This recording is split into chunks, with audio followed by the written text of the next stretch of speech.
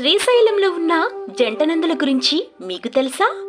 మహాశివుడి భక్తుడైన ఒక శిల్పి తన నైపుణ్యంతో కేవలం 40 రోజుల్లోనే 2 అద్భుతమైన నందుల్ని చెక్కాడు.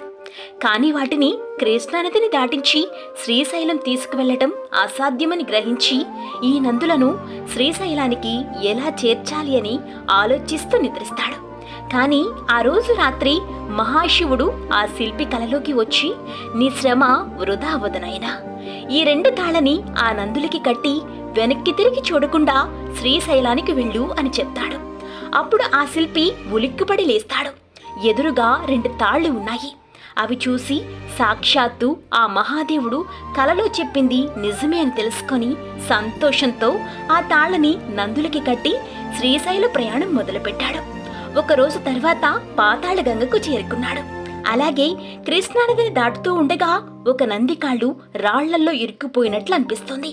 అప్పుడు ఆ శిల్పి వెనక్కి తిరిగి చూసేసరికి ఆ నంది మళ్లీ రాయిగా మారిపోతుంది.